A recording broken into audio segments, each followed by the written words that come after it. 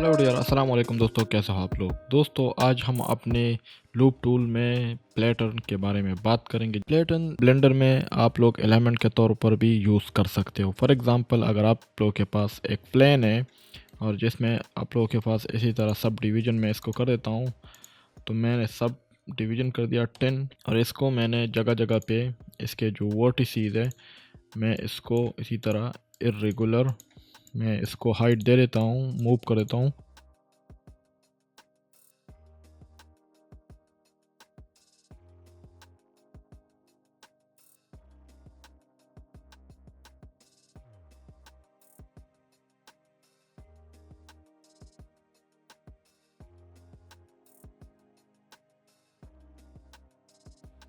अब अगर मैं यहाँ पे कुछ पैसे सेलेक्ट कर देता हूँ, मैं टॉप व्यू से कुछ सिलेक्शन ले लेता हूँ यहाँ से, जो मैंने इर्रेगुलर ये इस तरह किए थे।